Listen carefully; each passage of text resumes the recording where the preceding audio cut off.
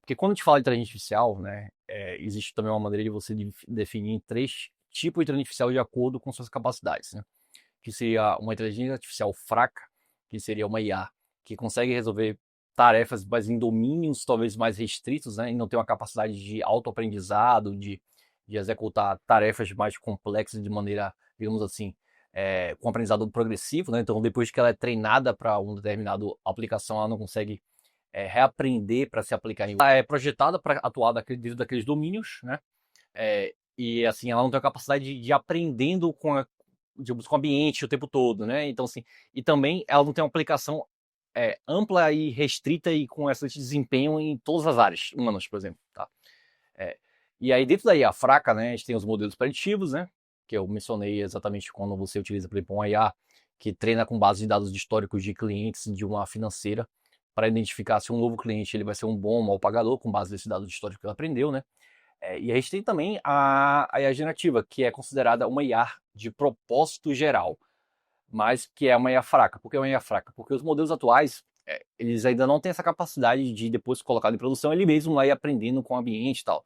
E até uma questão interessante, porque algumas pessoas acham que o ChatGPT, outros modelos de IA, eles vão ficando mais inteligentes, né? Aprendendo como o usuário quer, como ele, digamos assim, como ele se comunica, de acordo com as interações. Mas o que na verdade não está acontecendo não está acontecendo um retreinamento da IA.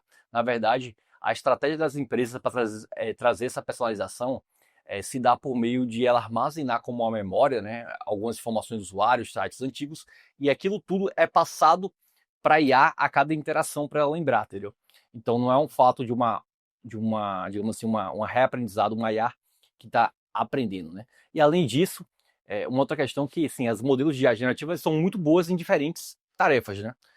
São excelentes na parte de programação, matemática, em alguns casos específicos, tem um desempenho muito maior que seres humanos, mas, por exemplo, em algumas tarefas que são fáceis para o ser humano, que envolvem parte visual, enfim, elas tropeçam. Então não pode ser considerada uma IA forte, né? Seria outro nível. O segundo nível, né, que a gente fala, que é a IA forte, ou uma IA geral, ou a famosa Artificial General Intelligence, ou AGI, né, que é o sonho de consumo, talvez, aí das empresas na corrida como a Google, como a Anthropic, como a OpenAI, né, seria uma inteligência artificial que teria capacidade de exercer, né, resolver problemas, de exercer tarefas humanas em diferentes domínios humanos com excelência, né? Então, e talvez até a capacidade de aprender depois de treinada, né? Com o passar do tempo, vai desempenhar novas atividades. Então, ao contrário da IA fraca, que ela tinha essa restrição dos domínios, né? Falhava em algumas tarefas que talvez fossem básicas da mente humanas, a IA geral seria uma IA realmente que atuava no amplo aspecto do conhecimento humano, né? Então, essa é a definição da AGI.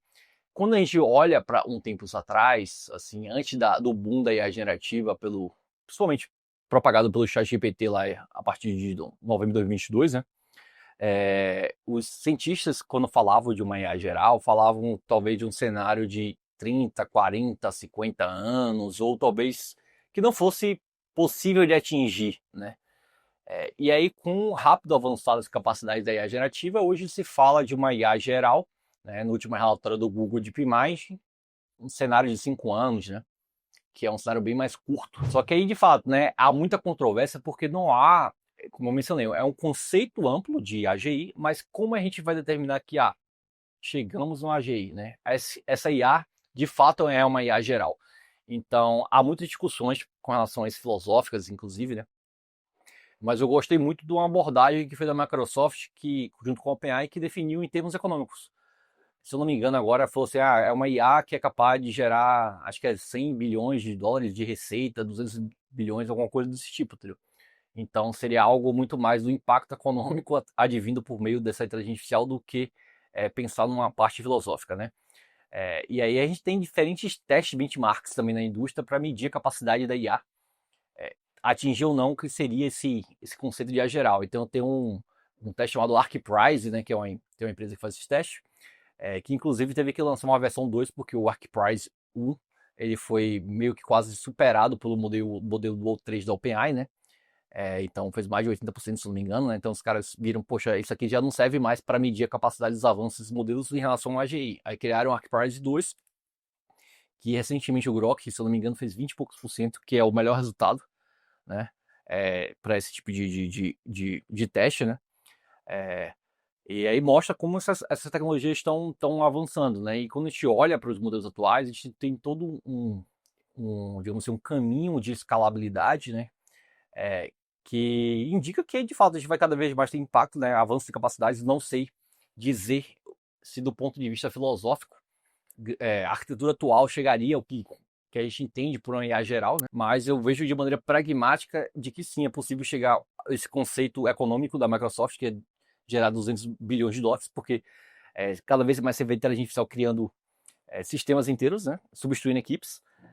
Isso tende a avançar cada vez mais porque elas são muito boas na parte de geração de código, elas estão se avançando cada vez mais na parte, por exemplo, de interpretação de imagens, na parte de medicina, ou também na parte de você automatização de processos de tarefas que envolvam entendimento de textos, né, e consolidar relatórios, interpretar algum tipo de informações e apresentar. Então isso, de fato, tem um avanço gigantesco. E quando a gente olha também que esses avanços da inteligência artificial estão sendo incorporados a essa robótica, isso mostra também que o cenário ainda é mais, digamos assim, mais assustador, mais promissor, né? Porque quando a gente olha para a robótica é mais antiga, né? Tem a automação por meio de máquinas ali, de processos. Só que com a IA generativa e com esses modelos de linguagem, trouxeram para a inteligência artificial uma compreensão de mundo, semântica, né? Então você consegue entender a linguagem humana, se comunicar, entender nuances humanas, conseguir a capacidade de planejar. E a robótica está começando a incorporar esses avanços da IA generativa. Então, não é por outro motivo que em janeiro desse ano, numa conferência da NVIDIA, o CEO da NVIDIA, né, o Jensen, se não me engano, é o nome dele, ele mencionou que está prestes a viver o momento ChatGPT da robótica. Então, o que ele quis dizer com isso, né? O momento ChatGPT foi aquele momento de caramba, a inteligência artificial consegue entender, compreender a linguagem humana e dar uma resposta que seja precisa e relevante àquilo que eu estou me comunicando. E agora a robótica está incorporando isso, ou seja, os robôs estão tendo essa compreensão. Né? Então, agora você está vendo robôs humanoides, por exemplo, tem uma empresa chamada Figured Robots, que eles até divulgaram, né, um vídeo de uma equipe de robôs trabalhando numa fábrica da BMW, robôs humanoides. Claro, né, a galera vai falar, poxa, mas eles estão bem lentos. Mas, cara, é só o início, eles estão planejando, estão tendo a capacidade de planejar atividades, né? Então não se trata meramente daquela execução robotizada ali, né, irmão? A palavra é até irônico. Aquela repetição ali procedural, né? Digamos assim, só faz aquela tipo de atividade da robótica tradicional, né? Agora, o robô humanoide tem capacidade de tomar decisão, de entender o ambiente, né? De fato, de planejar. E aí tinha uma outra aplicação recente da figura de Robots, que era os robôs fazer uma triagem de pacote de encomendas. Né? Então eles entendiam pela cor, pelo tamanho, né, o peso, e aí iam separando os pacotes. Então pense como isso tende a cada vez mais avançar, porque a tecnologia, o que os últimos modelos lançados, né, como o Grok 4, que foi lançado essa semana, né, mostra que não há uma parede, né, como alguns falam sobre a questão do avanço desses modelos de linguagem que é a arquitetura atual, né? Na verdade, há todo um flanco que ainda está aberto e a gente não sabe o que está por trás de pesquisa, né? Porque o que a gente vê aqui, como sociedade, é algo que já foi divulgado, né? Então, a gente não sabe o que está sendo desenvolvido nos laboratórios de uma Google, de uma OpenAI, para eles terem esse tipo de prognóstico, né? É algo que a gente tem que ficar de olho, assim, dentro da nossa limitação, já que a gente não tem controle do futuro, a gente tem que entender que é factível uma inteligência artificial que substitua postos de trabalhos, né? Que alcance esse valor aí projetado da OpenAI, que seria o conceito econômico da GI, né? E aí tem um terceiro nível ainda de inteligência, né? Que seria a superinteligência ou ASI, né? Artificial Super Intelligence, que até então ficava aí nos filmes hollywoodianos, né? Aquela superinteligência que era uma IA consciente, né? Que teria autoconsciência. Então é um conceito talvez mais filosófico e ainda mais hipotético, né? Só que é interessante porque esse termo começou a ser aplicado digamos assim, em outro contexto, né? Saindo um pouco dessa questão da consciência da IA, mas de uma IA que talvez fosse super inteligente, né? Em termos pragmáticos de geração de valor ao ser humano.